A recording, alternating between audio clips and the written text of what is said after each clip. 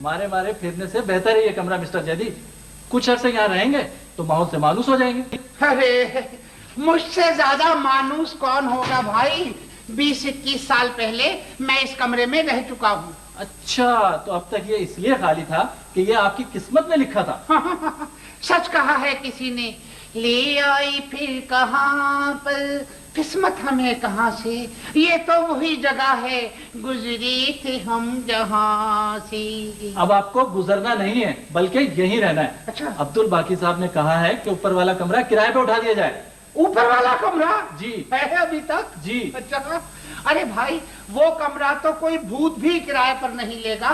برسوں پہلے بھی اس کی حالت اتنی خطرناک تھی کہ اس کی چھت کا ایک حصہ ٹوٹ کر گر چکا تھا، اور وہ پچھلا جو زینہ ہے وہ اتنا نازک ہے کہ ایک بار میں اس کی سیڑھیوں پر سے پھسلا تو میری 2 پسلیاں فریکچر ہو گئی تھی. مجھے تو ڈر ہے کہ برسات میں کہیں اوپر والا کمرہ اس کمرے پر نہ آ جائے. کچھ نہ ہونے سے تو بہتر کچھ ہونا ہے مسٹر جیدی. ہاں بھائی یہ تو آپ نے صحیح کہا کہ کچھ، ہاں صحیح کہا آپ نے کہ کچھ ہونے سے کچھ نہ ہونا بہتر ہے.